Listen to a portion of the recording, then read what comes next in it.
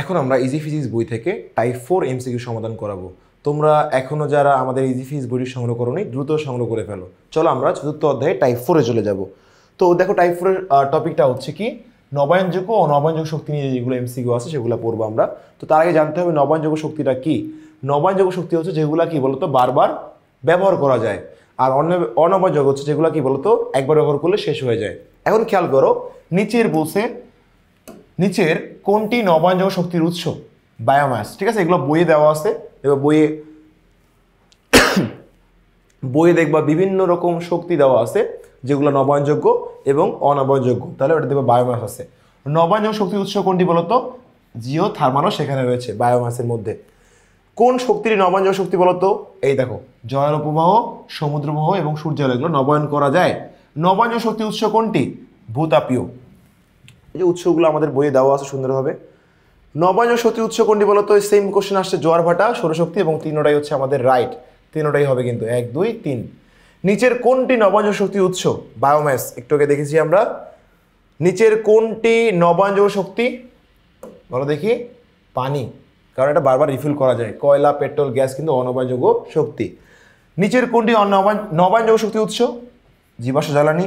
আমরা যে শক্তি ব্যবহার করি তার কত ভাগ নবায়নযোগ্য শক্তি?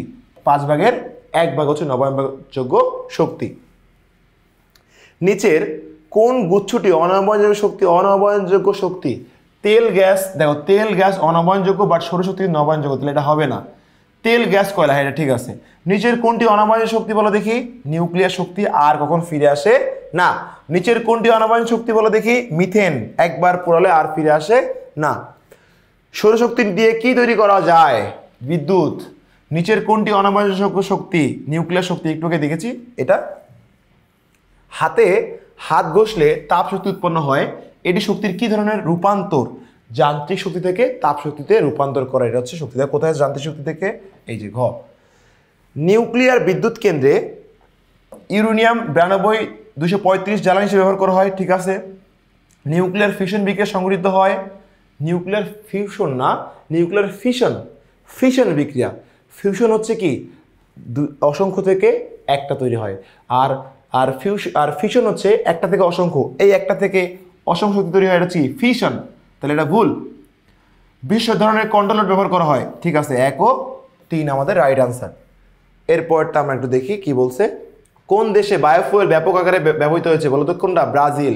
ব্রাজিলে কিন্তু বায়োফুয়েল অনেক ব্যবহার করা হয়। মোবাইলের ব্যাটারিকে চার্জ করার সময় ব্যাটারিতে কোন শক্তি জমা হয় বলো তো? রাসায়নিক শক্তি। ঘর্ষণের ফলে শক্তির যে অপচয় হয় তা প্রধানত কিরূপে আবির্ভূত হয়? তাপের মাধ্যমে সেটা ব্যাক ফিরে আসে বা অপচয় হয়ে যায়। নিচের কোন শক্তি আলোক শক্তিতে রূপান্তর করা? নিচের কোন শক্তি আলোক শক্তিকে তাপ শক্তিতে রূপান্তর করে? Microwave oven.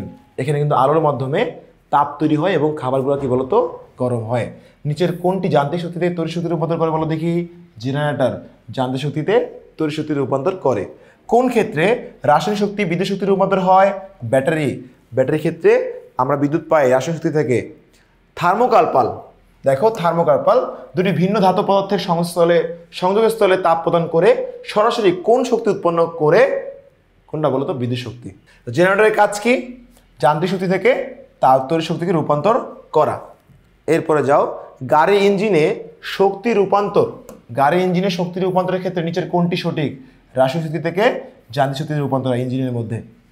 আমাদের বাসায় যে রান্না করার জন্য গ্যাস ব্যবহার করা হয় সেখানে শক্তি রূপান্তর ক্ষেত্রে কোনটা ঘটে বলো তো?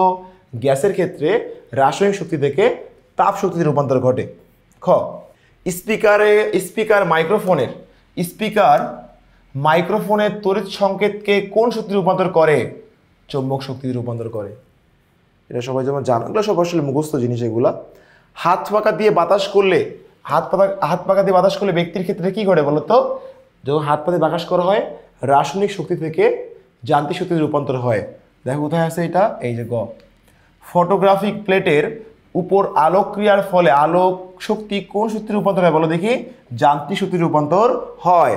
কত বর্গ কিলোমিটার এলাকা জুড়ে সূর্যের আলো থেকে তাপ হিসাবে প্রায় 500 মেগাওয়াট শক্তি পাওয়া যায় বলো দেখি? 5 বর্গ কিলোমিটার। এটা তোমাদের বইয়ে দেওয়া আছে, 5 বর্গ কিলোমিটার। সমুদ্র পৃষ্ঠের উচ্চতা বৃদ্ধির জন্য নিচের কোনটি দায়ী? Carbon die oxide, carbon die oxide. তো এই ছিল আমাদের এই টপিকের এমসিকিউগুলো। তোমরা মুখস্থ করবা এই পার্টটা, নবায়নযোগ্য এবং অনবায়নযোগ্য শক্তিগুলো ভালোভাবে একটু রিডিং পড়বা, তাহলে এগুলো এখান থেকে একটা এমসিকিউ অ্যান্সার করতে পারবা। তো এখনও তোমরা যারা আমাদের ইজি ফিজ বইটি সংগ্রহ করোনি দ্রুত সংগ্রহ করে ফেলো।